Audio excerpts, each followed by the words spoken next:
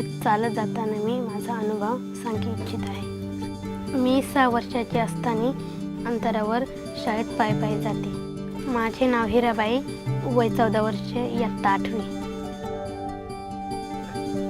इंडियामध्ये एका छोट्याशा गावात मी माझ्या आईवडिलांसोबत आणि भाऊ बहिणीसोबत राहते। घरात मी सर्वात छोटे आहे।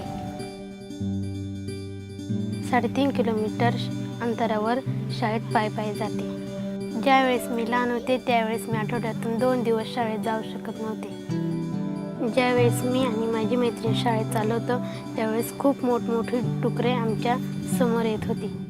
ज्यावेळेस मी आणि माझी मैत्रीण शाळेत चालवतो त्यावेळेस माझी मैत्रीण खाली पडली आणि तिला खूप लागलं। ज्यावेळेस मी शाळेत चालवते त्यावेळेस उशीर झाला आणि शिक्षकांनी आम्हाला वर्गाच्या बाहेर उभं केलं।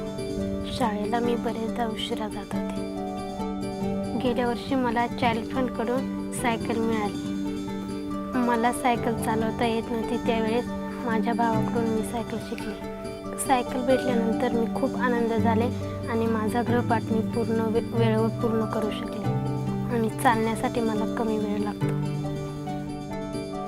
माझ्या मैत्रिणींसोबत मी शाळेला सायकलवर जाते। मी शाळेला कधीही उशिरा शाळेला जात नाही।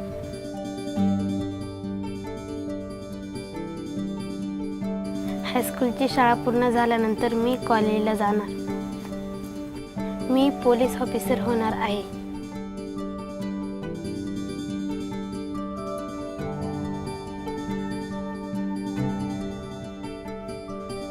मला माझं स्वप्न साकार करायचं आहे।